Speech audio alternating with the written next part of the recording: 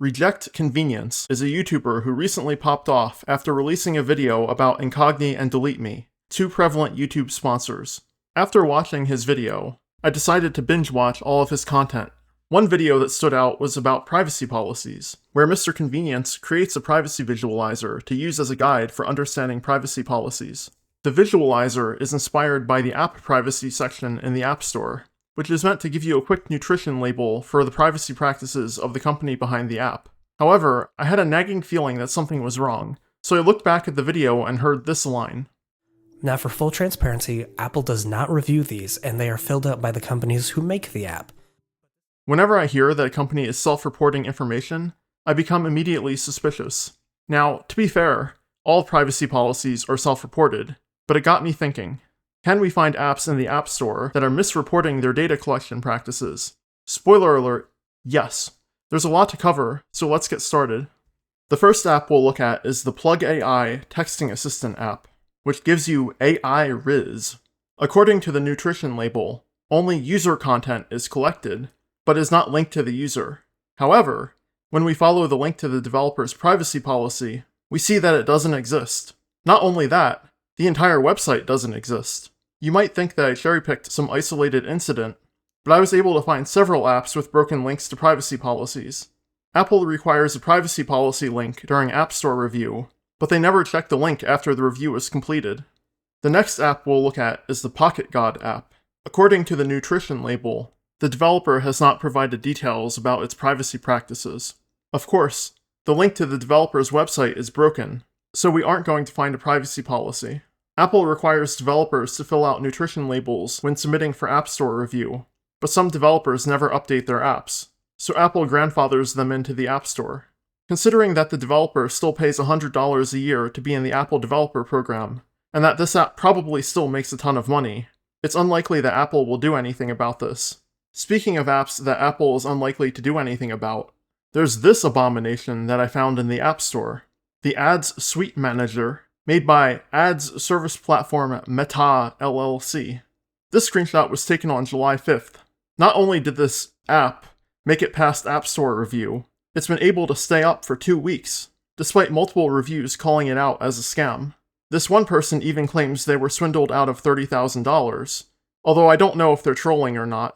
I can't believe that my app gets rejected for having a typo in one of the screenshots, but then this thing gets through no problem. Also, in case you were wondering, this is what the page for the Meta Ads Manager looks like. I looked up how to report an app in the App Store, but the only resource I found told me I had to request a refund after downloading the app. I can see the rationale for doing this. Apple doesn't want people to report apps that they've never used. It just occurred to me that I never explained what we're trying to do here. Each app has a publicly available nutrition label, privacy policy, and app binary. If we want to find apps that are misreporting their data collection, we can search for disagreements among these sources. The next app we'll look at is the HiPic Photo Editor and AI Art app. The nutrition label says it's tracking personal identifiers and user-generated content, but when we check the privacy policy on the developer's website, it states that diagnostic and performance information, including crash reports and performance logs, are collected. This isn't indicated on the nutrition label, even though there's a specific category for diagnostic information. I know it's unfair to put an indie developer on blast like this. I'm sure ByteDance will get big enough one day where people will care about their privacy practices. Another app that caught my attention was the NGL Ask Me Anything app. Their nutrition label shows that they only collect identifiers that are linked to you. However, their privacy policy indicates that they collect a whole lot more than that, including device data and behavioral data, which they also may share with third-party services, including those related to marketing. There are many more apps that have mismatched nutrition labels and privacy policies, but I'm not going to go through all of them here. You might be wondering why Apple doesn't make sure that the nutrition labels are correct. The Cursor Now Cursor Dashboard app illustrates why. This app, which definitely doesn't collect any data according to the nutrition label, has a privacy policy that looks like this. It never really occurred to me that privacy policies could be written in anything other than English. There's nothing to worry about, though. This app only collects personal information, financial information, and device information. I didn't actually download this app to see if it's doing anything suspicious. but I don't really see why anyone would want to monitor their usage of desktop software from a mobile device. Finally, we have the Health Monitor Blood Sugar app. It's developed by the Shanghai Dacheng Employment Agency. Why is an employment agency making a heart health app? Following the link to the developer's website, we're taken to the terms of service. If we visit the root path of the website, we get the default Firebase hosting page. What's weirder is that when you look for the developer on Google, you're taken to a website for a law firm, not an employment agency.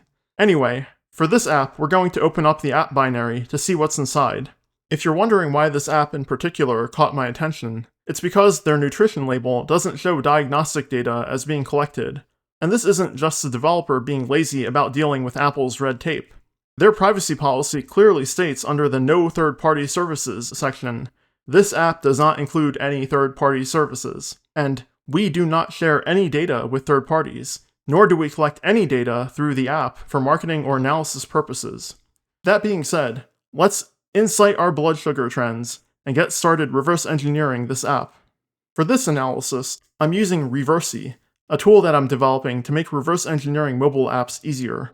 In the scan results, you can easily see that the app uses Firebase Crashlytics, a crash reporting tool for mobile apps made by Google. So much for not including any third-party services. However, this isn't 100% proof that anything shady is going on.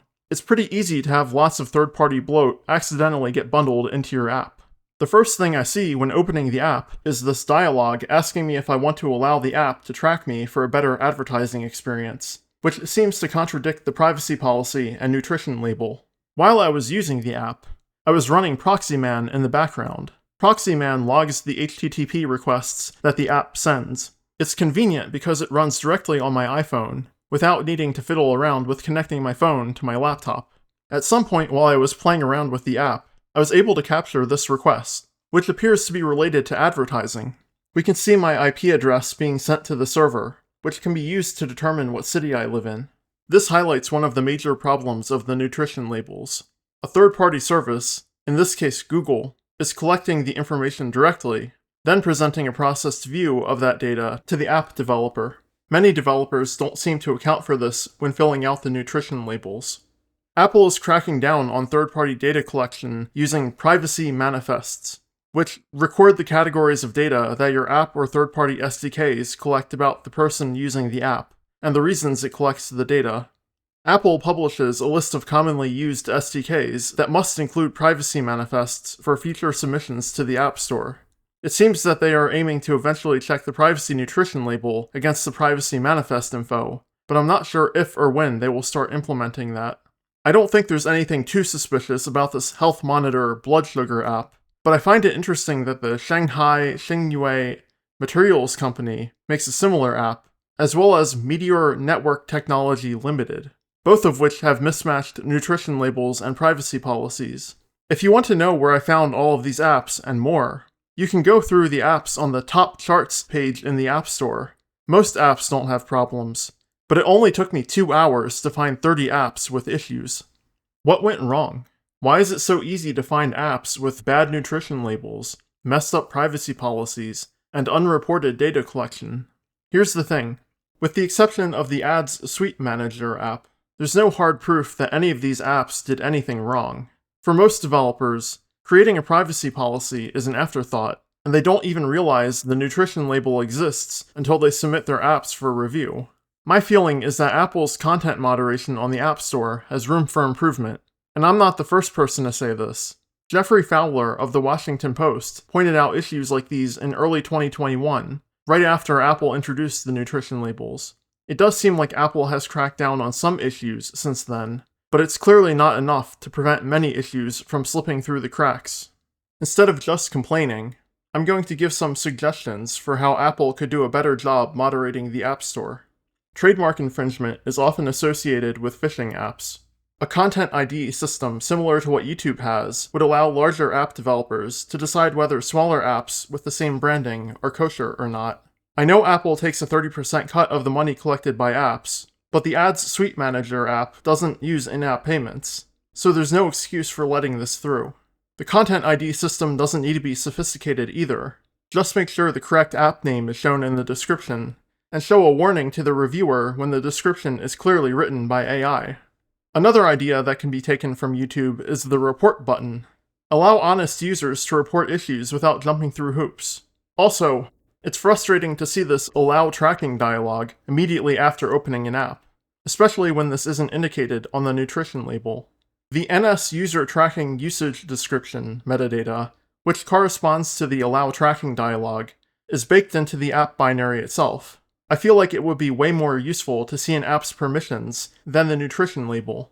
Finally, when Apple introduced the nutrition labels in late 2020, language models were still in their infancy. Using LLMs, Apple could tell developers what to put in their nutrition labels based on their privacy policies, rather than making developers do it themselves. One way to implement this would be to send emails when a mismatch is detected. But Apple normally does that on app binary upload, which is not tied to the metadata in the App Store listing. I think a better way would be to include a warning when trying to add an app for review. They already show errors when trying to submit, but I think warnings could be incorporated into the UI as well. There are a lot of things I didn't have time to cover in this video, like comparisons to the Google Play Store, or why privacy policies are legally required in the first place. If you want to see extended discussion about these topics and more, I've included them with Tastemaker Extras. In addition to behind-the-scenes details for all of my videos, you'll get access to links for all the sources I used but didn't show in the video, transcripts and alternative thumbnails, in-depth responses to comments from Reddit and Hacker News, and other random tidbits that I found while researching for the video. I plan on uploading videos once a month going forward, so become a member if you want to support this content. Check out the link in the description, as well as links to all the other things I mentioned in the video. And, as always, thanks for watching.